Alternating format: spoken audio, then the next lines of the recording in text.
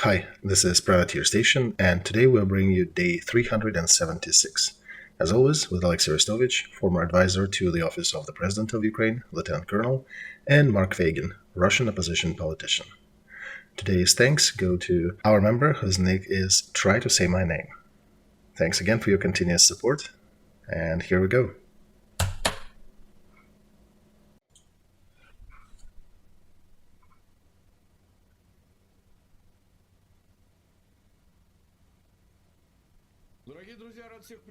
Dear friends, glad to see you all on Feigin Live. It is Monday, March 6th. Time is 9 p.m. in Kiev, 10 p.m. in Moscow, and we're doing our usual stream, day 376, with Olexiy Arestovich. Good evening, Olexiy. Hello, Mark. As it's usual, we already have about 50,000 who joined us at the beginning of the stream. We're waiting for more people to come. Please continue sharing a link, clicking the like button, that definitely helps. And if you are in Russia or occupied territories, use Messenger, do not post it on your social. And do not forget to subscribe to Alexei's channel and to my channel, and of course to Privateer Station if you are listening or watching that in English. Alright, there are a couple of things that we probably should address before going to the map. There is a lot of communication, a lot of noise happening in relation to the execution of Ukrainian prisoner of war who was executed. That was all recorded on a cell phone. And his last words were, "Glory to Ukraine." I don't think we need to discuss the legal side of it. Everything is obvious. I saw you made several posts about this event, and internet is abuzz after it. And what can be a fallout of this event? All right, let's start with the reasons. I think there are two reasons. One is dumb fucks who didn't even think about the consequences of that, and the other is if it is a planned leak by Russian special services who wanted to address the fact that many of them do want to surrender, and they want to make Ukrainian fighters more aggressive and give a warning to their fighters to make sure that they're afraid to surrender.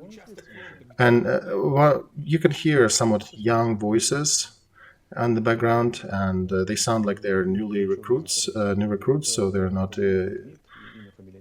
too experienced. And do we know, by the way, Olexiy, who is on the video? Yeah, it is, I think, known. People are discussing that it could be call sign Magnet, the guy from 72nd Brigade, my brigade. And do we know, Olexiy, where it is?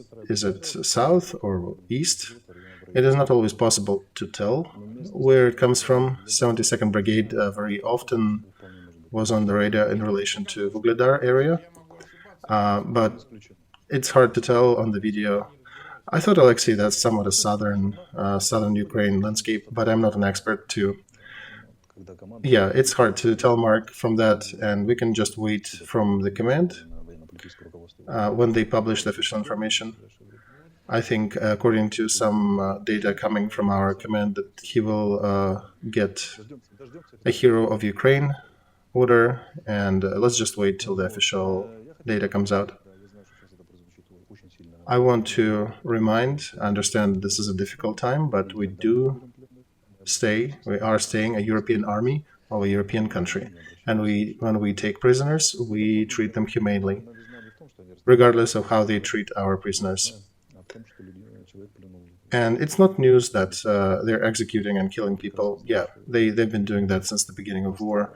But this one was one of the few moments when it was recorded like that, and he looks straight in the camera, he knows he's looking to his death, and he still remains a hero.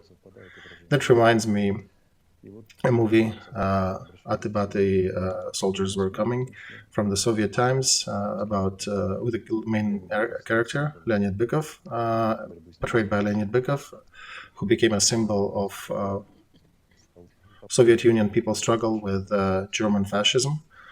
And he even stands in a similar position when he goes against the tank one-on-one, and knowing that he will not survive that encounter. And now Ukrainian soldier became a symbol of fight with Russian fascism. And if their grandfathers were alive, of those recruits who shot the guy who executed him, if they were alive, they would have spat on their faces. But we do understand whom we fight with, and we will be acting according to good European standards of warfare. Everything that did not surrender, everything that was not captured, will be destroyed without mercy. And if they manage to surrender, to be captured, they are going to stay alive. And that's another reminder. Your better chance to survive this war is to surrender. Don't be afraid to do that. There is no threat to your life and health in Ukrainian captivity. I will add from myself, war is not new. It's always dirt and grime and murder. But once again, you are such dumb fucks who record that. And if it is the first version that you mentioned, if these are new voices, freshly mobilized, who do not even realize the blowback that will produce and what they are doing. Olexiy mentioned Geneva Convention and all, right? Those guys who are mobilized now, who are enlisted in Russia, should think that now Ukrainians are watching that video in trenches. They are reviewing that execution. And you can imagine what awaits for you during the fight, during your next encounter. So you need to realize what you're doing, idiots. I don't think they do. And frankly, in today's world, it'll be pretty easy to find who they were. In the modern world, there is a lot of metadata and other things that we can find who is. I also am getting a note right now from our military that it may be not Magnet, it may be a different person. But that's what I'm saying. Let's wait to the official data coming out of the General Command. They're saying that it's not fully confirmed that it's him. People are talking about Magnet, and it coincided with him being captured, but it may be not him. It is not confirmed yet. Maybe not that brigade then. But in any case, Olexiy, right, there'll be consequences. There'll be heavy consequences for those who were involved in this incident. The worst, I would say. I also should say, Mark, that judicial system in Ukraine started investigation of that crime. This will be another material in the International Tribunal. There'll be another add-on to everything that we are investigating right now. I should remind that our prosecutor's office has over 40,000 crimes against humanity committed by Russian troops on the territory of Ukraine. All that campaign is a total black river of guilt and shame and horror that tars everything coming from Russia, from the culture, from people, to even the church. Because in these months of war, the year of war, this is a non-stop flow of crimes. And when Putin awards the 64th Motorized Brigade after what they've done in Bucha, when he rewards them and is giving them guards status and a special order as a unit, this only reaffirms that same behavior from other units and soldiers. So we have what we have. We know whom we're fighting with, what regime it is, and what they are about. Speaking of negotiations, right? Those different Farid Zakarias and others start throwing up into the media, and some friends from Turkey.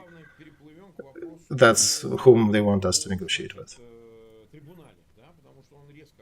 Okay, let's switch to a question of tribunal. I think this question actually starts to pop up more actively. President Zelensky met with Metsola, and there were several articles following the topic. They were judges of the International Court and judges of the previous tribunals that we had operating in the last 20 years or so.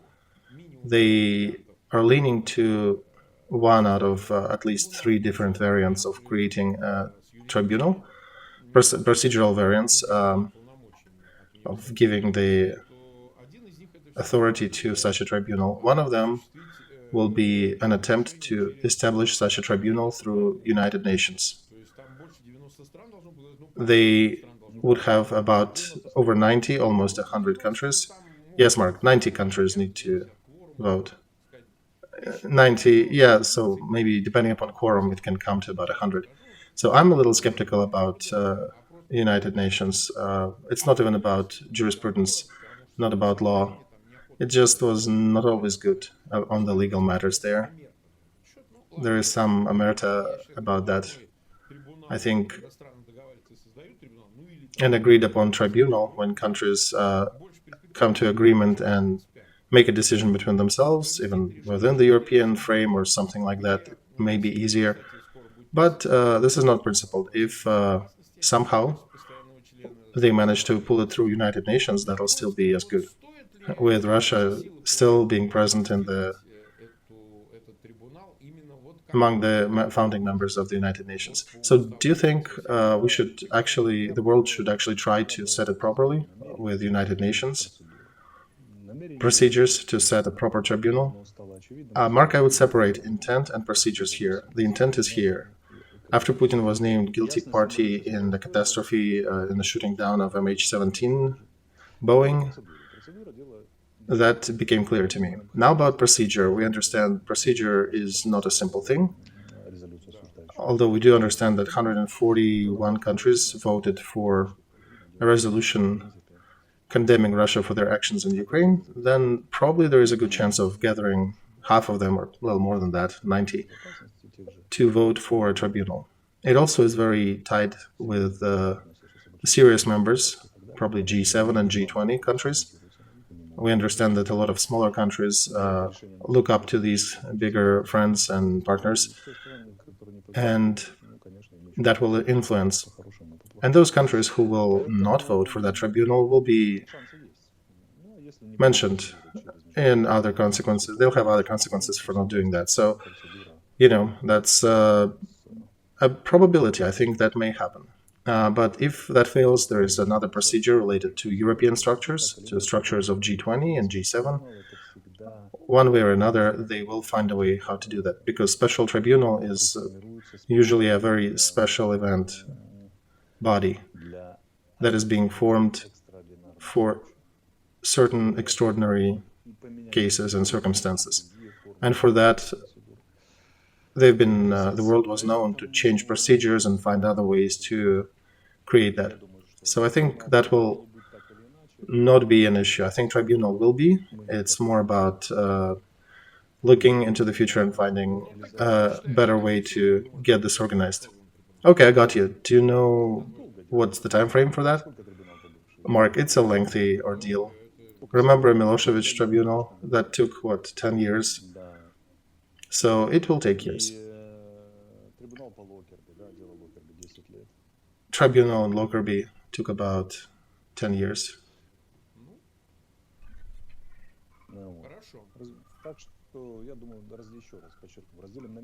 So let's once again separate the intentions and realization. With intentions, everything is good, so sooner or later that will be realized. I just heard different expectations. Some people are talking about decision being made before the end of this year, but we'll see. We'll see, right? We have 156,000 watching us, about 56,000 of you click the like button. Please do not forget to share, like, and subscribe. And of course, subscribe to Feigin Live and to Olexiy Arestovych. Very important. All right. Let's take a look at the map, what is happening on the main parts of the front. We understand the main one is Bakhmut. There was a meeting of the High Command, and they made a decision to not leave Bakhmut and to continue fighting for it. Some evil tongues on the Russian side are saying that Ukrainian forces are counterattacking to the south of Bakhmut, and that Russian troops facing them are getting a lot of damage and grief, and they're being pushed further out from the road supplying Bakhmut. I do not have any concealed data, special data. I am only commenting on the Russian public discussions and Ukrainian discussions online. So it does make sense. If they do want to hold Bakhmut, then we indeed want to push them away. So this message and these screams from Russia, they do look legit. Now, Prigozhin also came out and said that they do have a strike group formed near Bakhmut, and that strike group is starved for ammo, for artillery shells. So, again, if they manage to aggregate more troops around Bakhmut, it seems like we will have another fat target to attack. So, for our artillery, but we'll see. We'll see.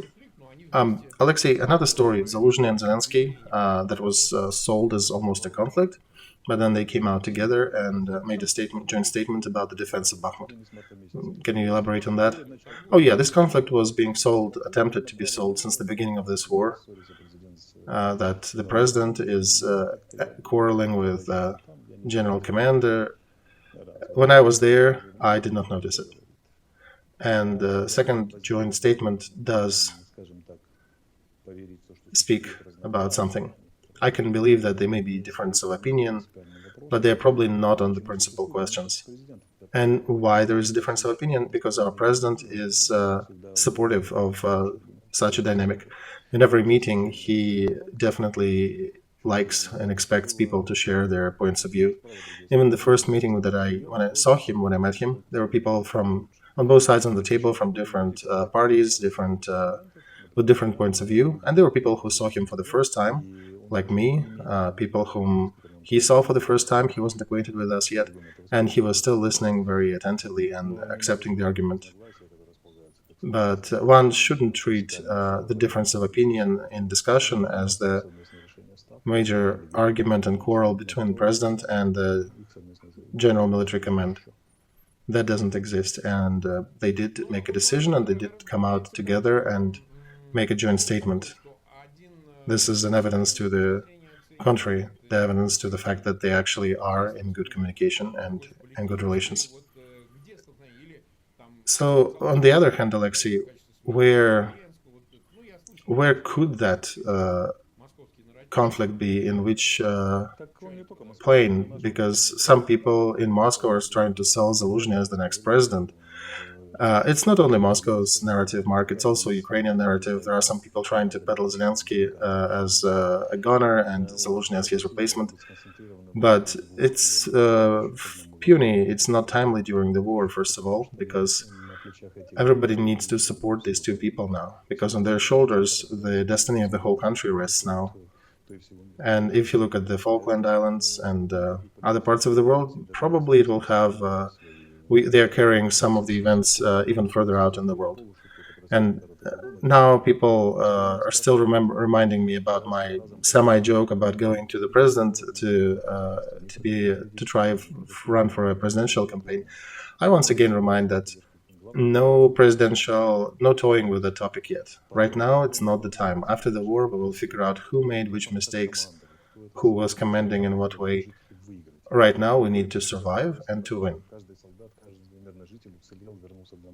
Right now, we need to concentrate on bringing back as many soldiers as we can at the end of war. Make sure that we win this war, that most of our soldiers survive this encounter.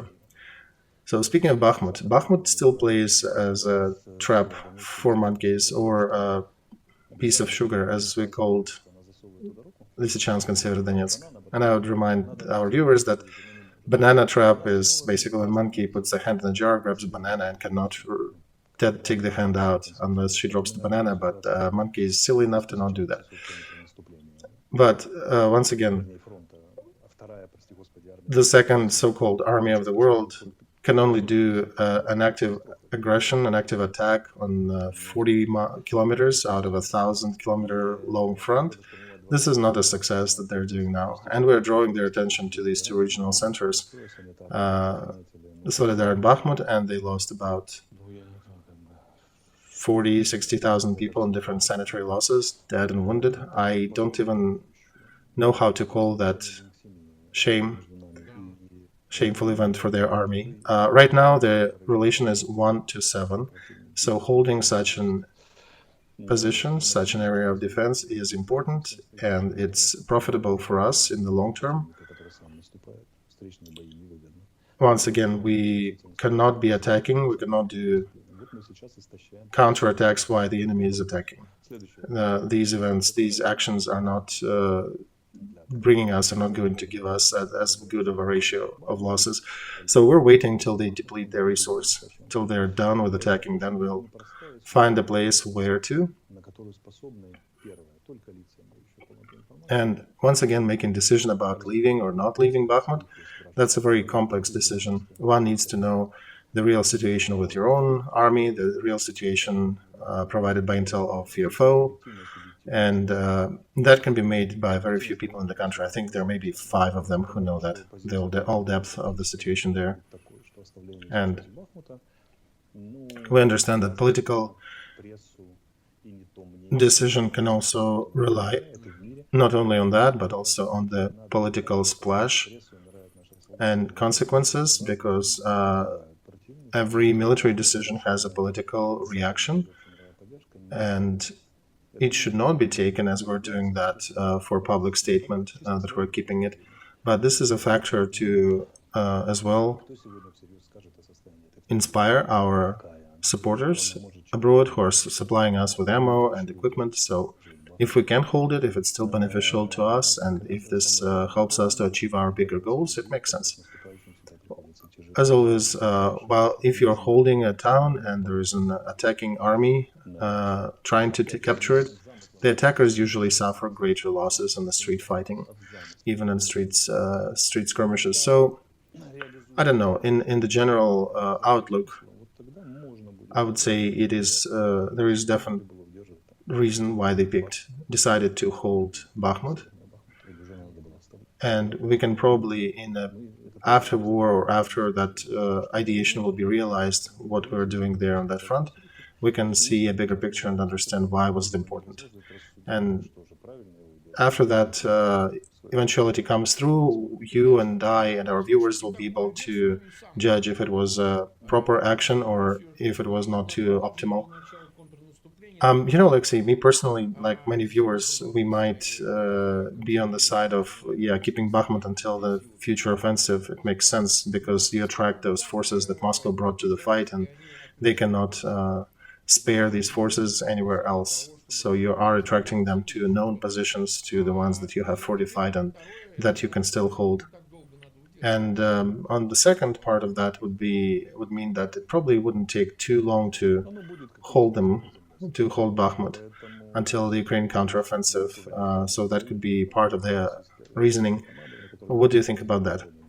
Indeed, it's not too much time. I think the moment the land dries a little, so another 6 weeks, 5 weeks, and there'll be a counteroffensive. So that's your time frame. Now, another interesting news coming from Kreminaya, Russian side is talking about military activity sort of de-escalating in that area, and they're seeing Russian military equipment leaving that area and going down south. So I think they might have understood that they cannot push in the north, and they decided to de-escalate and move these troops in the other part of the front where they think there is more threat to what they have. And this is important for us because to hold Bakhmut in that light, because if we do, they still keep wasting their forces there, armor, people. And General Austin, the commander of the United States Army, came out and said that indeed taking Bakhmut for Putin will not lead to anything strategic. That even so, now we see that even our Western allies saying that nothing major going to change in the front because that's not a significant settlement to take. And we also see the sign that the faith in our defenders will not be undermined by us leaving Bakhmut or keeping Bakhmut. So we essentially do not have our hands tied in holding it. It's just more of a fact that we are holding the front on the east and holding a lot of their troops on that side. And if we are holding them on the east, then we might also do another blow when the moment comes in the other part of the front somewhere. We do know, our intel does know the weak parts of Russian army, and that's where the iron steamroller will roll that is being prepared. You've seen a lot of videos and pictures. If you watch carefully, you can also see that among the tanks there are a lot of mine-sweeping tanks with that equipment on them, and also the tanks that are engineering tanks for building bridges, so the tanks can cross small rivers and trenches and anti-tank ditches. So we have a lot of those coming, and they are definitely a noteworthy element of equipment that we receive. So it's not the usual 2-3 weeks, but we are talking about very few weeks left. So, Olexiy, when the soil can become dry enough, theoretically? We understand that to the south, Zaporozhye and Crimea, we're talking about probably middle of April, right? Middle of April, that's 5 weeks. That's it. 5-6 weeks, roughly. Why am I saying that is because they are calculating this. It's not a secret. Militarily, they probably are doing something to prepare. They might relocate some equipment and do some preparations. But politically, how are they preparing for that? If in 5 weeks such an offensive, a counteroffensive by Ukrainian army will start, that whole structure of their scary Russian offensive and Ukraine, the narrative that Ukraine must surrender to not allow for that scary Russian offensive, that structure will definitely fall apart, right? Yeah, I think, Mark, we've seen the scary Russian offensive. It is actually happening now, starting last night in a general direction towards Siversk, second military corps, so-called, God forgive me, the army of Lugansk National Republic. They started attacking our positions. And the result? There is no result. They're just attacking on the wide front. So they are trying. They are trying. What is a wide front?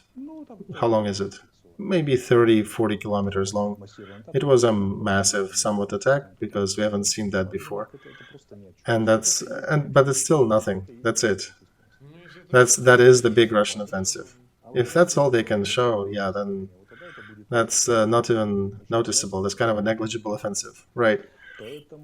When Ukraine will start our campaign, you will see that. That'll be very visible. Tonight, Melitopol shook, occupied by Russian troops, shook up a couple times. We hit a couple very good targets there. I even wanted to write a post today, but then I thought I'll mention that in the evening in your show. I will say that we probably have 1 more month to stand in active defense.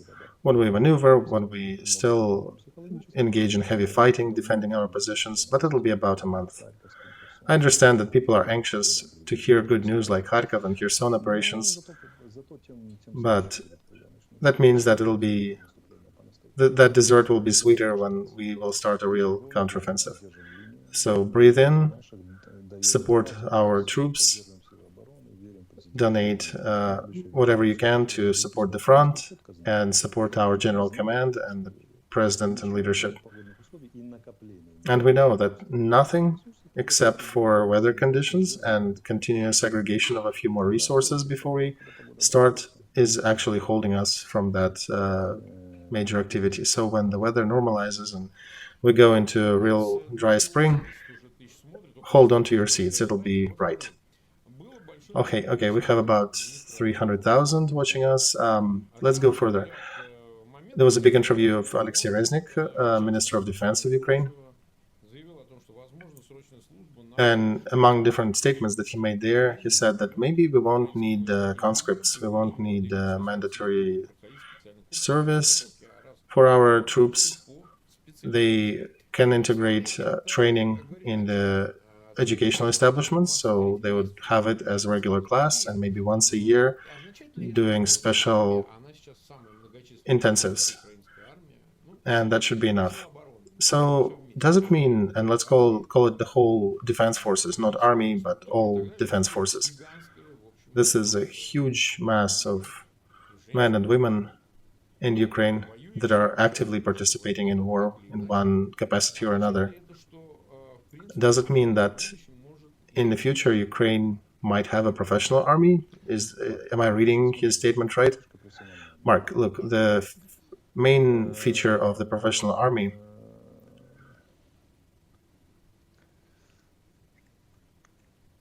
what did this war show? For example, Russian army used professionals to attack. Well prepared, well equipped, what they thought it to be, and what? And nothing. And only when they mobilized a lot and created a certain number advantage, numerical advantage, that started to play any significant good role on the front and allowed them to stop our counteroffensive. And so that is what Israel actually is going through now as well. Israeli military experts on the level of General Command and Central Academy came to some conclusions looking at this Russia-Ukraine war. They said that the quantity is playing a definite factor, a huge factor.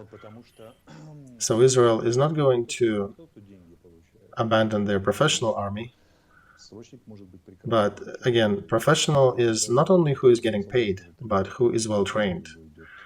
The mandatory annual service enlistment, if you're trained right, you can be much better than many other professional soldiers in other parts of the world. So we are looking at different ways of how to do that. Military general training and other options are on the table, but everybody comes to a similar conclusion that we should have something similar to Switzerland or Israel. The backbone of an army that is always ready and in continuous training and can solve a task of holding any foe at the border if they decide to attack us, while the professional reserve is being deployed. And that reserve will be trained intensively, similar to Israel, and it will be all-encompassing. It will be special training courses offered to students, and even special in-depth training based on your specialization. Like in the Baltic countries, if you're, for example, a machine gunner, then your next training will be honing your skills as a machine gunner. So you're not being taught a little bit of everything, but you're getting specialization, a real specialization for the warfare. And the analysts come to a conclusion that our successes in this war really seriously depend on our capability to deploy our reserves fast enough. And there are some people criticizing that we didn't, but in reality we did. And frankly, if Moscow would have waited for another month, our people who were mobilized would have our economy would have collapsed. So you think it was one of the variants for Moscow to just wait, announce war and wait? Yeah, it probably could have been. And we indeed gathered about 600,000 people against their 300,000 invaders. And that's what saved us in the long run. So, in essence, the structure would imply having a professional army, the future structure, having a professional army that will stop the foe, and then ability to deploy up to 1.5 million fighters within 3-4 days from the beginning of events. And I would quote here famous Stalin quotes that quantity is a quality in itself. And our skill here will be to make sure we can bring 1.5, 1.2 million people to the front on a short notice. So that will tell any foe who expects to win a war against Ukraine rapidly, that'll tell them about the possibility of that when they're facing 1.5 million army. And also the sour defeat of Russian professional army here in Ukraine will add to that. All right, we're live for about 34 minutes, about 300,000 with us, about 180,000 click the like button. Please do not forget to subscribe, that is important for us. All right, another news. Prigozhin keeps entertaining us. the head of private mercenary corps, Wagner. He recently recorded another video saying that if Wagner will be no more, then Ukrainian forces will reach Russia-Ukrainian border and will even cross that and go into Russia. So he again was beefing up his importance and was begging for more supports. And he also said that he'll go to Petersburg to lead some of the protests against the St. Petersburg governor. He's an interesting character. He will probably be even selling shares if he's in prison in the tribunal and will be peddling stocks or calculating debit and credit. Interesting figure. So such a feeling that he's being bitten from different directions, but at the same time he's also barking back very actively. Can we judge the degree, the level by which his role went down since the beginning of his falling out of favor? Looking at his behavior, Mark, I think he's very scared to leave the zone of active actions, the war zone. Why? Why is he living there? Living in the military zone doesn't add health to anybody, so I suspect he's exchanging health for his life, because nobody guarantees that he'll be alive much longer if he moves back to Russia. And that's his typical criminal strategy, to keep attacking and barking at everybody, to maybe wait for somebody to come and help and rescue him. It's very reminiscent of the prison culture. Tear the t-shirt and scream at somebody perceived as a foe and attack them verbally and very loudly. And he's got, a real serious press service. It's called Concord. Yep. So this is, I think, a very curious story that will be part of the researched items at the end of this war. But it reminds of a near-death fever, actually, his behavior. That's what Dryumov's, some of the leaders of insurgents funded by Russian army during the 2014-2015, during annexation of Ukrainian territories, they were making a lot of loud statements. They never jumped as high as Prigozhin, attacking the head of general command, but they all ended badly. And by the way, I think they're out of prisoners. We have not seen prisoners on the front for a while now. He did mention that they're out. He is not allowed to recruit them anymore. Okay, that means that now Russian mobilized troops will be dying in the same way. They'll be used as a meat instead of the inmates.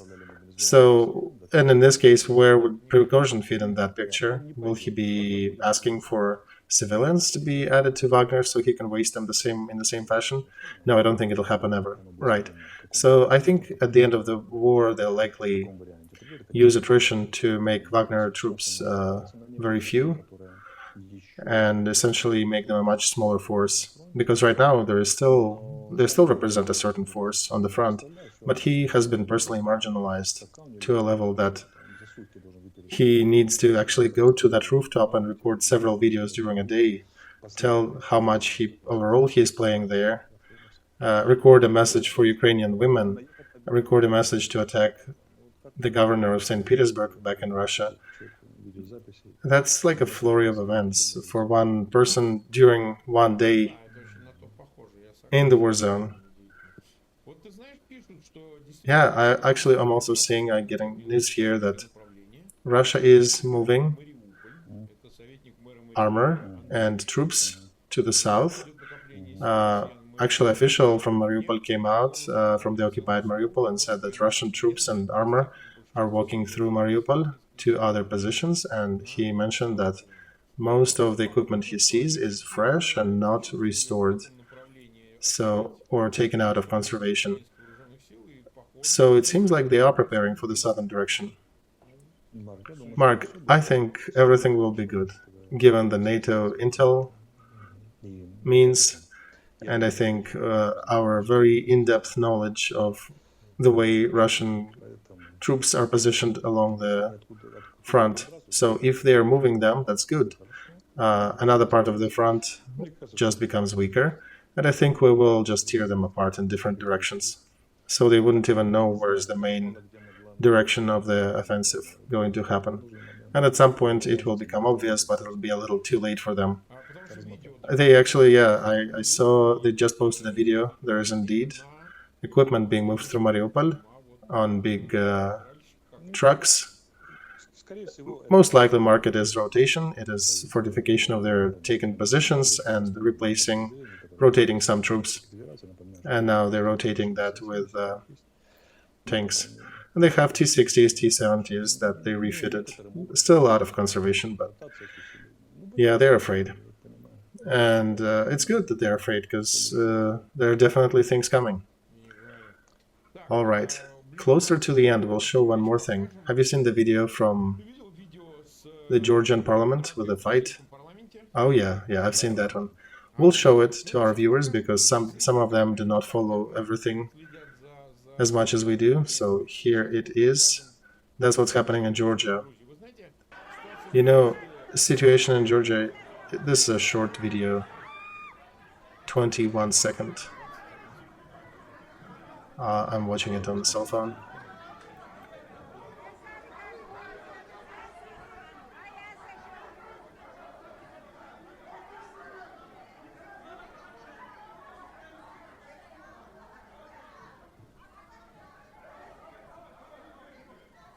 So, it's not news that people do fight in parliaments, but this is in context of several things. People are asking what will happen with Mikhail Saakashvili, the destiny of which we are partaking in. From Georgia, from Ukraine, we haven't abandoned that. We are gathering more information and preparing new actions. That's obvious, so don't be concerned that we abandoned that. This one is about the fact that the ruling party in Georgia, the Dream, they created a satellite party. Several people left the Georgian Dream and created a fraction of it called the Power of People, so-called. And for several months they keep initiating adoption of a law about foreign agents, complete analog of Russian law. Me personally is a foreign agent according to the Russian law. That's what they label you if you get any support from anywhere outside the country, even if it's a donation to your video and social. And this is a test to validate Georgian democracy and their readiness to tear ties with Moscow. And for now, they're still failing the test. And the feeling is that they're slowly turning towards Moscow. And Georgians who are watching us, Georgian public opinion needs to react to that, because we are not intervening into what's happening there, but that looks very obvious where they're going to now, because that law will likely be adopted. And this is even worse than not releasing Mikhail Saakashvili. This is a worse step towards totalitarian Russia. That reminds me of an anecdote about a husband peeking into a keyhole to watch his wife, and if she is cheating, then the lover comes and puts his jacket on the keyhole, on the handle on the other side, covering the keyhole, and the husband looks away and says, oh, again, inconclusive, damn it. Mark, it's a similar strategy. They're always growing an oligarch in the country on Russian gas or Russian oil, and then they use that person to fund a party or opposition party and use them as the wall breaker to push their totalitarianism into that society. And they've tried that in Moldova, they're doing that in Georgia. So I'm surprised that Georgian people are allowing that to happen. And yeah, it's strange. For the last 20 years, they've been very active. They've been taking it out to the streets and protesting, and now they're very indifferent to that law. So it's curious what's happening there. Well, Mark, it may also be, an aggregation of different things. People may be getting to the brink after which they pour out to the streets, but we'll see. We'll see how that unfolds. So we've been live for about 44 minutes. We're meeting again on Wednesday, right? 9 p.m. Moscow, 9 p.m. Kiev, 10 Moscow, and we're coming out in English the morning after, about 9 Eastern. in the United States time zone. Please continue sharing, liking. We had over 300,000 watching us today, and do not forget to subscribe to Feygin Live, Olexiy Arestovich, and the Privateer Station. All right, thank you for the information, and we'll see you on Wednesday. Goodbye. Good luck.